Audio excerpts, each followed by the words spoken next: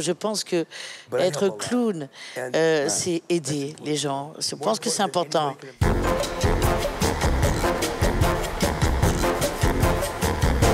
Et maintenant, la lumière se rallume sur Django Edwards. Bonjour Terry. Bonjour Django, bienvenue dans Tout le monde en a parlé. This is a serious conversation. Ça va être une conversation sérieuse. Qu'est-ce qui vous est arrivé? Pourquoi est-ce que vous êtes habillé comme ça? You know, I was supposed to do the show Vous before. savez, j'étais censée faire un petit spectacle avant. Et en fait, quand je suis arrivée ici, ils ont perdu ma valise avec tous mes vêtements, mes cartes de crédit, mon ordinateur, tout. C'est vraiment un gros problème. Mais voilà, j'ai encore mon slip, hein, et c'est pour vous. Heureusement. Alors, Django, vous êtes né le 15 avril 1950 à Detroit, dans le Michigan.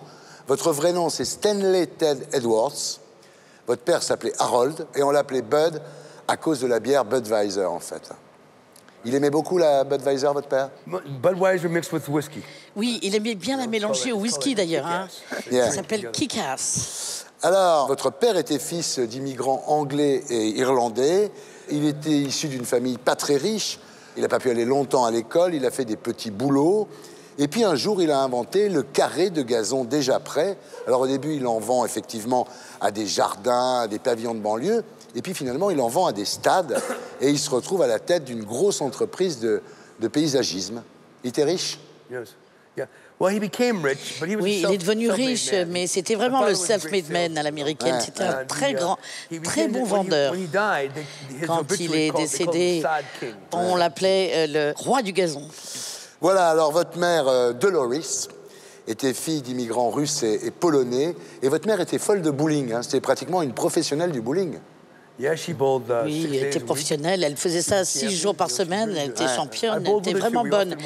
Et moi-même, j'y suis allée, on a gagné des championnats ensemble. En 1966, après 27 ans de mariage, vos parents divorcent, votre sœur reste avec votre mère et vous avec votre père. Alors, votre père est très occupé, évidemment, par son business, il n'est pas souvent là, et vous vous retrouvez très jeune, très indépendant.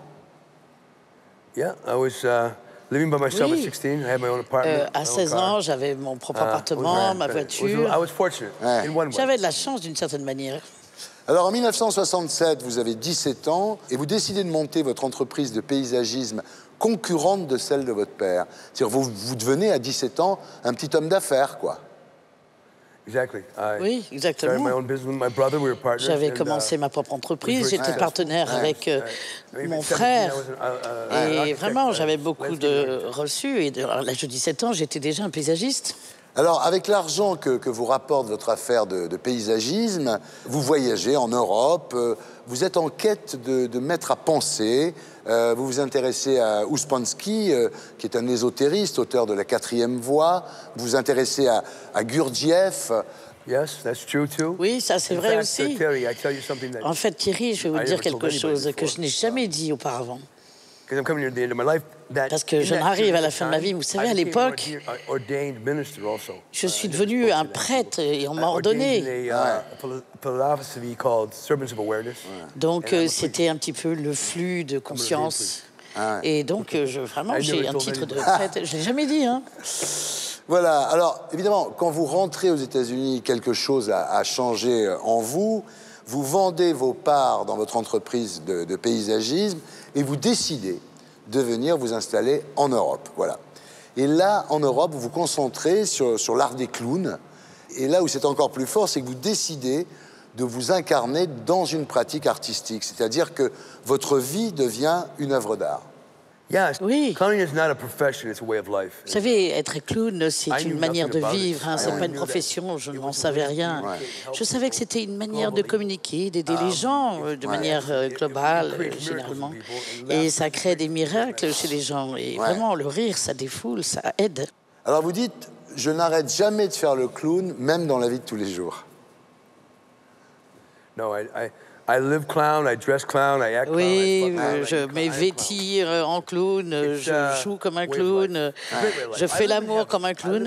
Voilà, pour moi, je suis au paradis. Hein. Il y a beaucoup de gens qui vivent en enfer sur la terre, mais moi, je suis au paradis. En 1971, vous êtes à Londres, vous étudiez, vous exercez comme artiste de rue avec Nola Ray, qui est une mime anglaise de renommée internationale. Vous créez des troupes jusqu'au France Roadshow. Hein. was a theater community. Oui, c'était une communauté, un petit groupe théâtral qui travaillait ensemble à Londres et tout à fait gratuitement. Ouais. On était un petit peu des apprentis, hein, Ouais. on étudiait le fait d'être clown. Alors, c'est une communauté théâtrale mondiale de 400 membres, très important, avec des antennes à Londres, à Detroit, à Amsterdam. Et à Amsterdam a lieu chaque année, à l'époque, le Festival of Fools. Et c'est là que vous vous installez en 1976. Alors là, vous réinventez l'art du clown, donc, où se mêlent désormais la musique, le mime, le burlesque, la danse, le jonglage, la magie. Vous avez réinventé le clownisme, en fait. Je Je ne dis pas que je l'ai réinventé, je pense que je l'ai aidé à renaître. Il était en déclin. C'était une espèce en danger. Et ma relation avec Fellini, des gens comme ça m'ont appris qu'il y avait une autre manière de faire des clowneries, de faire le clown, si je puis dire. Alors, à l'époque, on vous remarque en première partie des Rolling Stones pour la fête de la reine de Hollande, hein. Je suis allé voir Dali à Paris, ici, Catherine Deneuve, parce qu'il y avait des tas de collusions. Donc, être clown, c'était important politiquement, économiquement et socialement. Alors, évidemment, comme votre expression ne passe pas par le langage, par la langue, bien entendu, vous avez bientôt un succès dans toute l'Europe. Et la France vous découvre à la fin des années 80 dans les émissions de télévision. Vous êtes extrêmement surprenant quand vous débarquez ici. J'ai travaillé avec Antoine Decaune, avec vous, De Chavannes et Coué. Et même les plus nouveaux. Et en fait, j'ai formé Patrick Timsit, beaucoup des acteurs d'ailleurs. Et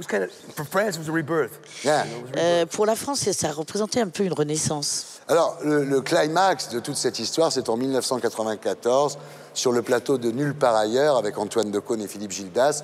Vous faites une avalanche de miel, de plumes, de crème fraîche, de cotillons gluants, et vous emballez Philippe Gildas dans un sac poubelle. C'est quand même le summum, ça.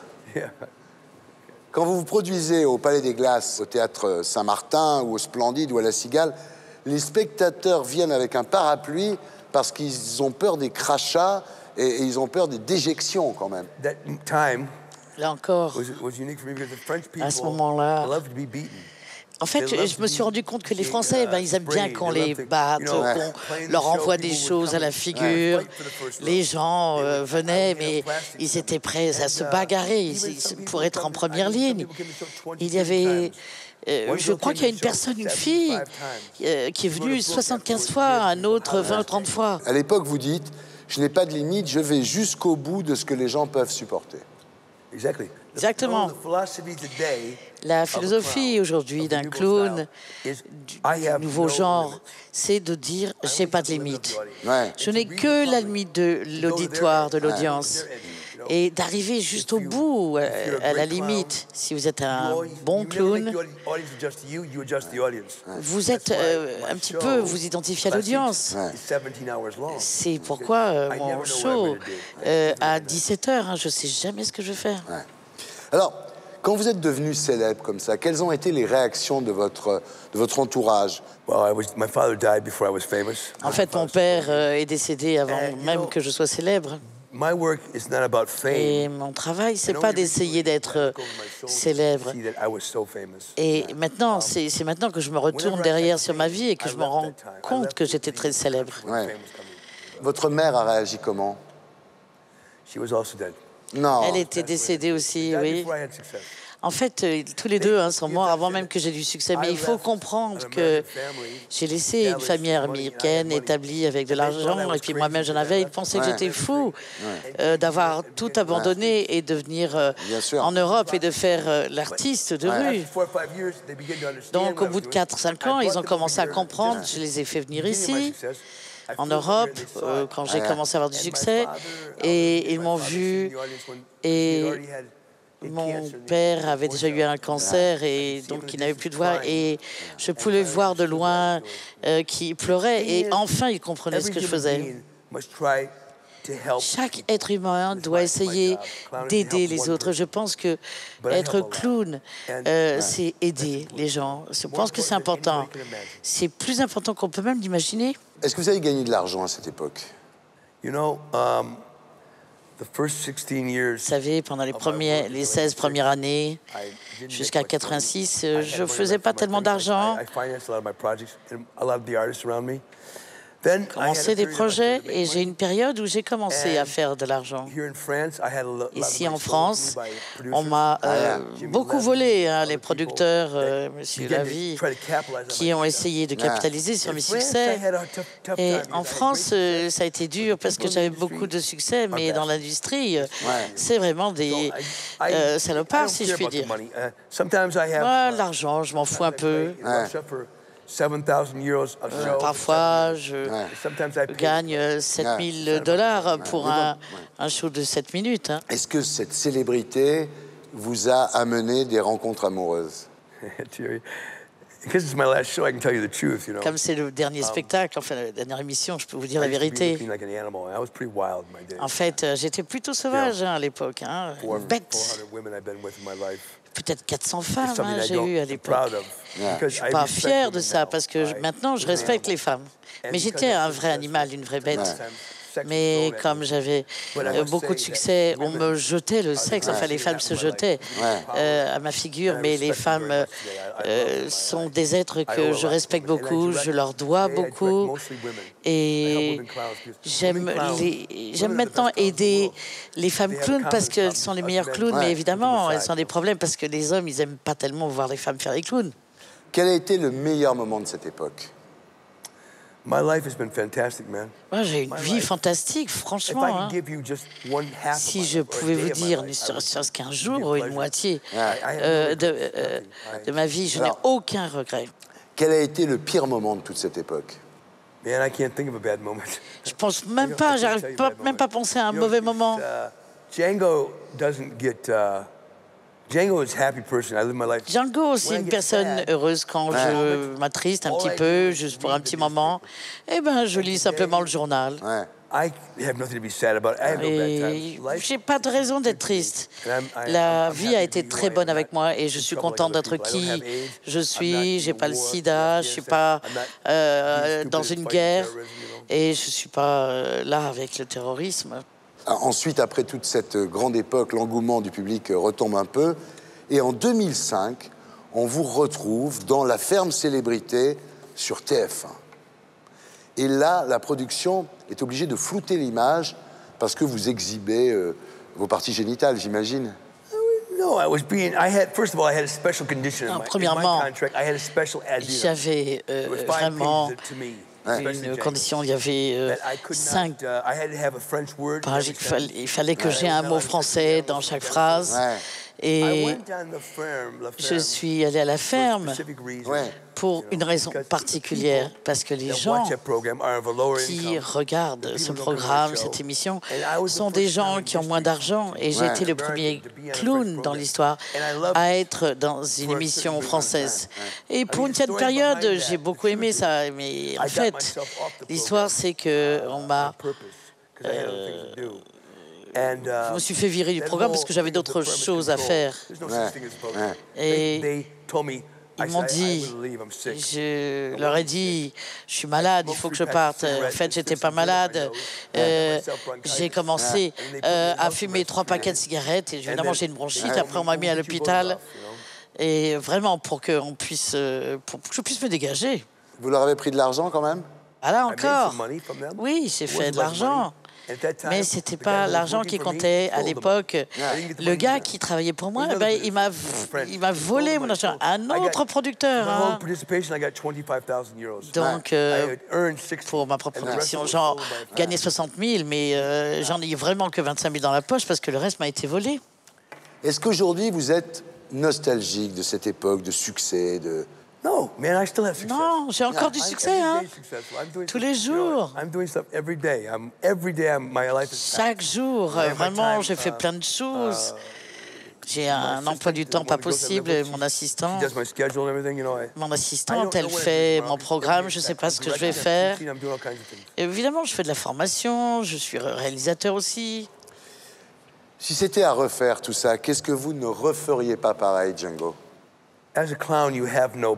En tant que clown, on n'a pas de vie privée. Hein. Vous êtes vraiment au milieu du public, avec une vie publique. Et en tant que clown et père, j'ai souffert quand même.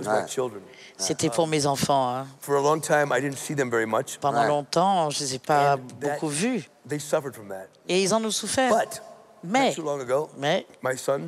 n'y a pas si longtemps, mon fils et ma fille sont venus prendre des cours chez moi et je me suis mis à effectivement m'excuser auprès d'eux. J'ai dit, je suis désolé, évidemment, je n'ai pas été le père que vous auriez voulu. Mais après, ils m'ont dit, tu sais, papa, on accepte donc tes excuses parce qu'on a une famille qui est mondiale maintenant. Ce sont des clowns eux-mêmes. Donc maintenant, j'essaye d'avoir un autre enfant. Quand vous serez mort, qu'est-ce que vous voulez qu'on écrive sur votre tombe? Nothing. My life is not important. Ma vie n'est pas si importante que ça. Elle est importante pendant que je vis. Ce qui est important, c'est ce qui se passe après. Écoutez, en tous les cas, j'étais très heureux de rallumer la lumière sur vous, Django. Vraiment. Et pour être sûr de ne rien rater de Inarditube, abonnez-vous et mettez un pouce bleu.